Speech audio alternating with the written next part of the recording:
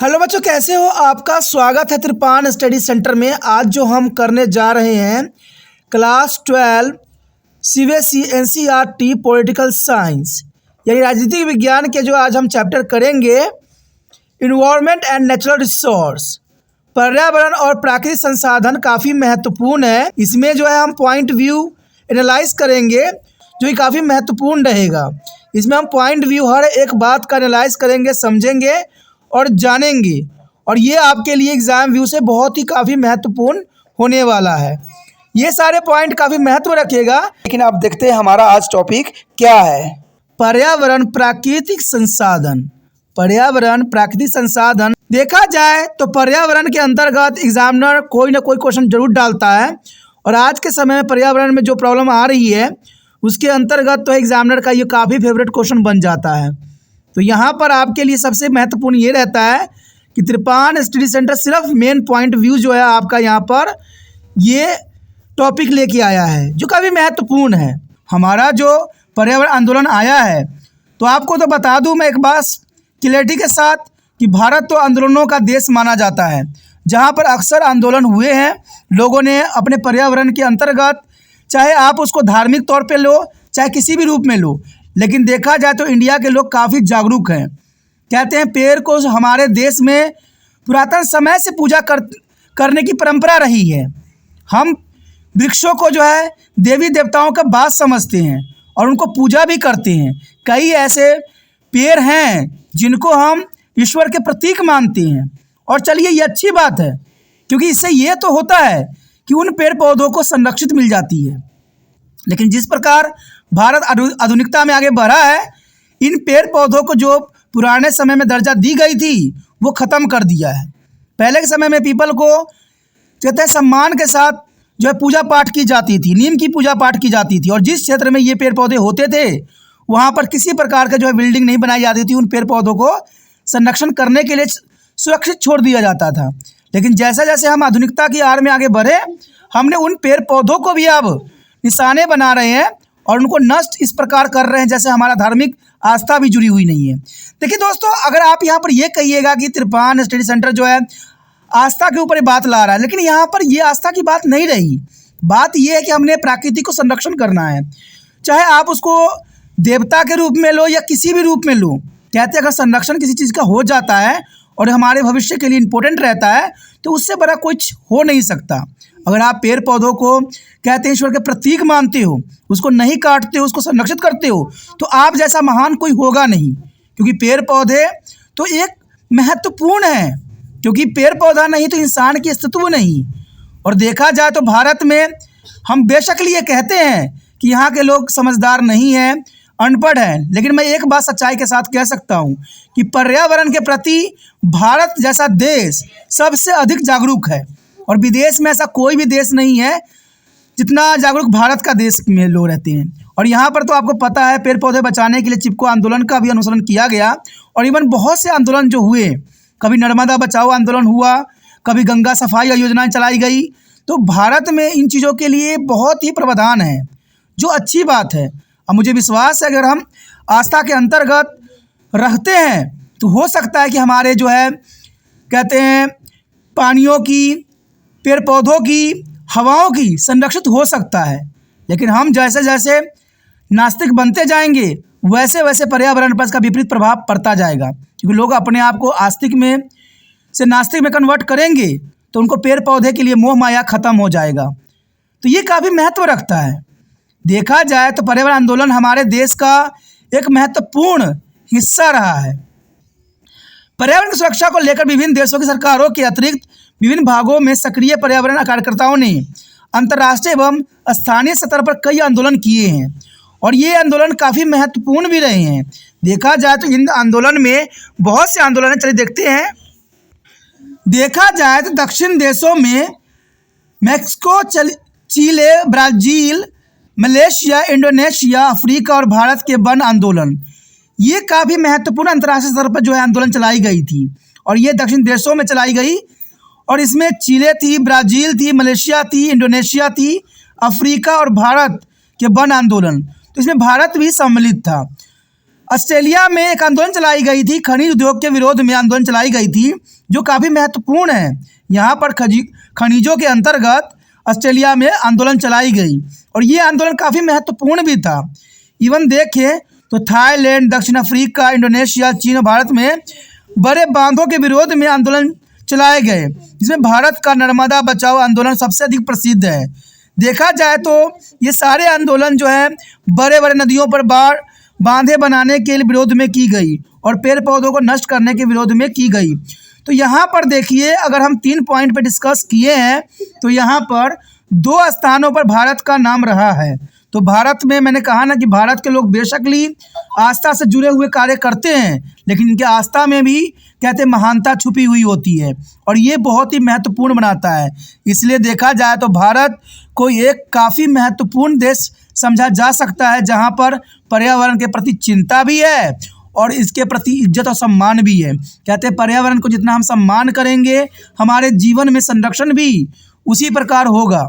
और इवन आपने देखा भी होगा कि कोरोना वायरस में कहते हैं भारत के लोगों पर कम इफेक्ट पड़ा और विदेशों में जो है इसका बहुत गहरा प्रभाव पड़ा। कारण यही था क्योंकि पर्यावरण भी जानती है कि भारत के लोग जो है पर्यावरण के प्रति बहुत ही संवेदनशील है और विदेश के लोग जो है संवेदनशील नहीं है। तो आपने देखा होगा कि जो देश संवेदनशील नहीं है उनमें क्या हालत रही होगी, और ये आपके आँख के सामने था। तो पर्यावरण संकेत दे रही है कि जो कंट्री इसका सम्मान करेगी उस कंट्री का ही जीवन अस्तित्व में रहेगा और जो सम्मान नहीं करेगा उसका जीवन नष्ट हो जाएगा। जर्नल सी बात है, नष्ट होने का कारण यही है कि जितना आप पर्यावरण को नष्ट करोगे प्राकृतिक संतुलन बिगड़ेगा और इंसानों के लिए खतरनाक साबित भी होगा। देखा जाए उसके आगे अगर हम बात करें संसाधनों की भू राजनीति, देखा जाए तो संसाधनों की भू राजनीति भी काफ़ी महत्वपूर्ण पॉइंट आता है कि यूरोपीय देशों के विस्तार का मुख्य कारण अधीन देशों का आर्थिक शोषण रहा है। देखिए यूरोपीय देश का विस्तार और इसका शोषण का कारण सबसे बड़ी बात थी कि उसके देशों का आर्थिक शोषण ही रहा है। जिस देश के पास जितने साधन होंगे उसकी अर्थव्यवस्था उतनी ही मजबूत होगी। तो ये काफ़ी महत्वपूर्ण बात है कि जिस देश की अर्थव्यवस्था मजबूत होगी उस देश में संसाधनों की भरमार होगी और जिस देश में संसाधन होगी वो देश तरक्की के उस चरम सीमा पे पहुंचेगा। तो इसके लिए जो है संसाधनों में भू राजनीतिक होना जरूरी है। इवन देखें तो इमारती लकड़ी, पश्चिम के देशों ने जलपोतों के निर्माण के लिए दूसरे देशों के वनों पर कब्जा भी किया ताकि उनकी नौसेना मजबूत हो और विदेशी व्यापार बढ़े।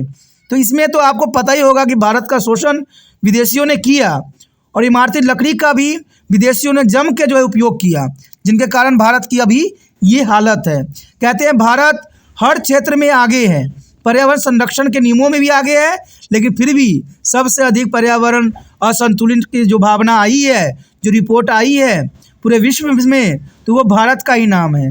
तो ये भी बहुत बड़ी दुखदायक परिस्थिति है। उसके पश्चात हम देखें तो तेल भंडार, कहते हैं विश्व युद्ध के बाद उन देशों का महत्व बढ़ा जिनके पास यूरेनियम और तेल जैसे संसाधन थे, कि कोई भी देश समृद्ध तब होता है जब उसके पास कुछ प्राकृतिक संसाधन होते हैं। भारत के पास बेशकली प्राकृतिक संसाधन नहीं है, लेकिन भारत के पास एक कहते हैं विशाल शक्ति है, मन की इच्छा है। विश्व के बाद उन देशों का महत्व इसलिए बढ़ गया क्योंकि यूरेनियम और तेल के संसाधन के पास बहुत से बहुत थे। विकसित देशों ने तेल की निर्बाध आपूर्ति के लिए समुद्री मार्गों पर सेना तैनात कर दी और आपको पता ही होगा कि ऐसा बहुत से युद्ध विकसित देशों ने लड़े जिसमें उनके पास यूरेनियम और तेल की कमी थी और जिन देशों में इन चीज़ों की संसाधन की भरपूर थी उन देशों में विकसित देशों ने हमला कर उनमें कब्जा करने की कोशिश किया या उसको अपने चाल से हथियाने की कोशिश किया। तो ये बात कहते हैं किसी को नुकसान पहुंचा के आगे बढ़ना ये कदाचित सही नहीं होता है। उसके पश्चात अगर हम बात करें जल की, तो कहते हैं जल जो है जीवन है और जल नहीं तो कल नहीं। ये तो आपने कई जगहों पर स्लोगन सुना ही होगा। कहते हैं पानी के नियंत्रण एवं बंटवारे को लेकर कई लड़ाइयाँ हुई है। जॉर्डन नदी के पानी के लिए 4 राज्य दावेदार हैं, इजराइल, जॉर्डन, सीरिया एवं लेबनान। देखिए ये काफ़ी महत्वपूर्ण है, जल के लिए लड़ाई हमेशा ही हुई है और आज के समय में जल की जितना महत्वता बढ़ गई है, आने वाला समय में जो है काफ़ी महत्वपूर्ण। कहते हैं एक बूंद भी शुद्ध जल मिलना संभव नहीं है, क्योंकि हमारे देश भारत में भी जल का जो है बिल्कुल ही दोहन हो रहा है, क्योंकि सरकार की नीतियाँ चेंज हो गई है। आज सरकार पानी फ्री कर रही है, तो इसके कारण जल भी दूषित हो रही है, क्योंकि लोग कहते हैं ना, फ्री की चीज़ों का जो है दोहन करना भारत की एक बहुत बड़ी परंपरा रही है। और जिन चीज़ों में भारत के लोगों को पैसा लगता है, उनमें वो सोचते हैं, विचारते हैं, फिर उपयोग करते हैं। अब देखिए, बिजली का अगर रेट बढ़ जाएगा ना, तो भारत के लोग पता क्या करेंगे, कहीं भी जाएंगे फटाक से बोलो या लाइट बंद कर देंगे।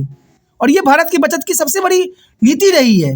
लेकिन जैसे जिन राज्यों में भारत सरकार ने बिजली फ्री किया है, वहाँ पर दिन रात बल्ब जलते रहते हैं, क्योंकि वो इनका विचार यही होता है कि 300 यूनिट तो हम यूज़ कभी करते ही नहीं है, हम तो मुश्किल से 100 यूनिट यूज़ करते हैं। दिन भर जल भी गया तो क्या हुआ। तो आप देखिए ये नीति सरकार की कितनी महत्वपूर्ण है, इसमें हमारी बर्बादी की जो है सारी कहानी लिखी गई है। पानी का भी ऐसा ही हुआ है। पहले पानी का कीमत लगता था, तो लोग समझते थे कि पानी की कितनी कीमत होती है। आज सरकार ने फ्री कर दिया है। अब 1000 लीटर कहते हैं आम इंसान कम ही यूज़ करता होगा, लेकिन भारत सरकार इस बात को नहीं समझी। कहते हैं एक ने एक रास्ता पकड़ा तो सब ने उसी के रास्ते चलने लग गए। और भारत के नागरिक ने भी ऐसे ही जो है लोगों को प्रोत्साहित किया और उनका साथ दिया, उनको विजय दिया। तो जर्नल सी बात है, हम किस बात के समझदार हैं। हमारे पास सब कुछ है, रूल है, रेगुलेशन है, संसाधन है, सब कुछ है, लेकिन हम विवेकहीन हैं। हम समझदारी से कोई भी कार्य नहीं करते हैं। अब देख सकते हो कि बड़े देश पानी के बंटवारे के लिए लड़ाई हो सकता है, जो कि इतने बड़े देश हैं, तो हम तो आम व्यक्ति हैं, हम तो आम साधारण हैं। हमारा देश तो विकसित भी नहीं है। मैं आपको एग्जाम्पल बता सकता हूँ। भारत की कंडीशन देखिए कि एक राज्य में जो है पानी शुद्ध मिलती है और दूसरे राज्य में जस्ट कुछ किलोमीटर की दूरी में पानी अशुद्ध मिलती है।